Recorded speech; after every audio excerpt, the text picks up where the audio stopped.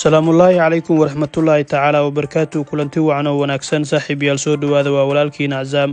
waa muuqaal cusub aan kaga hadli doono sida fudud ee loo xareysto shaqooyinka dalka Kanada, sida loo xareeyo viisaha shaqada ee dalka Kanada, iyo shuruudaha markaasi qofka looga baahan yahay. waa walaalkiina Cazaam. haddii uu yahay markaaga ugu horreeyna soo booqday, fadlan YouTube-ka subscribe noo saar video. soo dhowaada saaxiibayaal mar kale. dowladda dalka Kanada ayaa qorshaheedu yahay bilowga sanadkan 2023 inay qaadato ku dhowaad 200,000 oo shaqaale, balse ay iskugu jiraan qaabab kala duwan. waxaan videogan ku lafguri doonaa dadka raba inay ku tagaan dalka Kanada qaab shaqo, sida loo xareysto shaqada, iyo sida ugu fudud ee viisaha shaqada loo helo. haddii aad tahay muwaadin Soomaali oo joogo dalka ama dalka dibaddiisa, rabo inuu xareysto mid ka mid ah shaqooyinka ee dalka Kanada, ugu horreyn waxaa jiro 2 step oo qofka raacaya. stepka ugu horreeya, intaadan xareysanin viisaha, waa inaad haysataa 4 shay oo markaas adiga laga doonayo. waxaana ka mid ah 1 baasaboorkaaga, 2 CV ka hadlayo shaqooyinka adiga markaas aad xareysanayso, 3 sawiro oo testira ah, 4 Gmail-kaaga.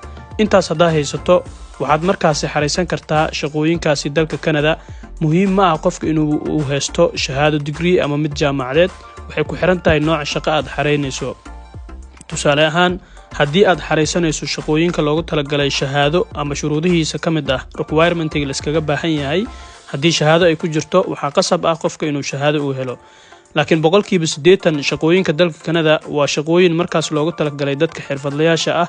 muhiim ma ah shahaado ama diyaarsato, waxaa ku xigo inaad doorato shaqooyinka dalka Kanada soo bandhigayso oo maalinlaha ah mar walbo inaad ku xirnaato website-kooda dowladda Kanada.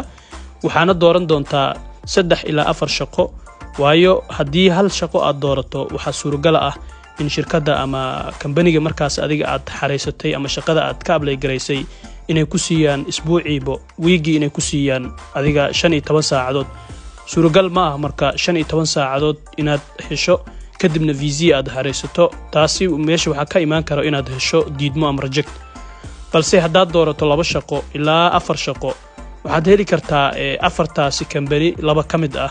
waxaana suuragal ah inaad hesho kambanigan inaad ka hesho 15 saacadood, halka kambaniga kalena aad ka heli karto 15 saacadood.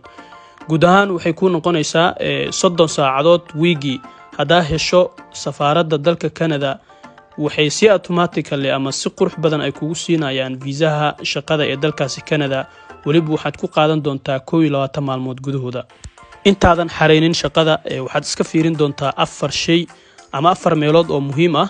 waxaa ugu horeeya 1 nooca shaqo aad xareynayso waa ku muhiim inaad ogaato.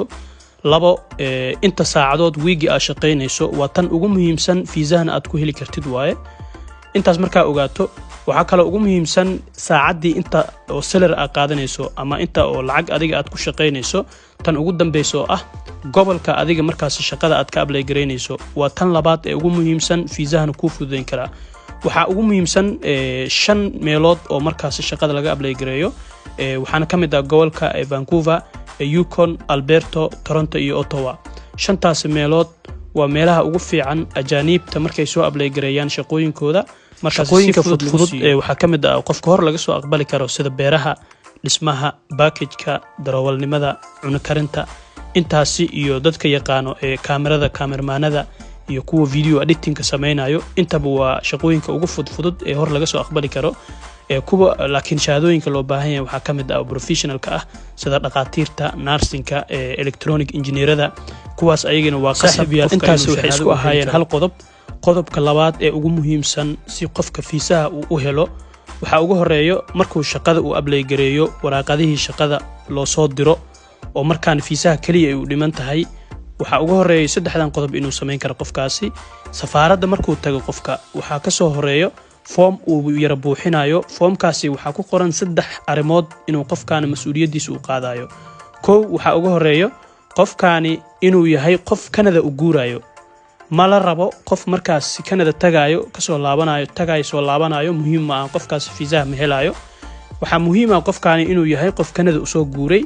2 inuu markaasi damaanad qaado ama waraaqadaas uu ku saxiixo formkaasi inuu noqonayo qof canshuur bixiye ah.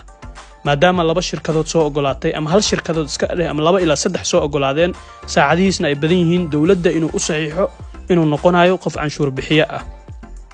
tan saddexaad oo ugu muhiimsan oo ah inuu ninka ama qofka shakhsiga oo xareysanaya fiisaha inuu luqadda Englishka yaqaano ugu yaraan xitaa luqadii inuu meel middle uu ka taagan yahay si dadku la shaqeynayo iyo safaaradihii iyo airboradii uu kaga bixi karo arrimihiisna uu kaga dhameysan karo tan ugu muhiimsan tan ugu dambayso ah qofka laba mid inuu sameeyo imma bank statement asiga uu leeyahay keensado oo 3 bilood ee fiisaha ugu dhufsan wadankaas Canada uu jooga mas'uuliyadiisa asiga dusha uu saaranayo waa tan ugu muhiimsan fiisihiisna guarantee ugu noqonayso wa imma wuxuu sameyn karaa shirkadaha ama kambaniyada soo ogolaaday shaqada u soo ogolaaday inuu warqad uu ka keeno warqadaas oo lagu cadeynayo in mas'uuliyadu qofkaasi ayaga qaadaya waxaana ugu muhiimsan mas'uuliyada qofka jiifkiisa cunadiisa iyo caafimaadkiisa waxaan rajaynayaa saaxiibayaal intaas inaan isla fahamnay waxaan halkan aan ku soo dhigi doonaa website-ka dawladda oo shaqada laga soo apply gareyn karo iyo shaqooyinka markaas ugu fudud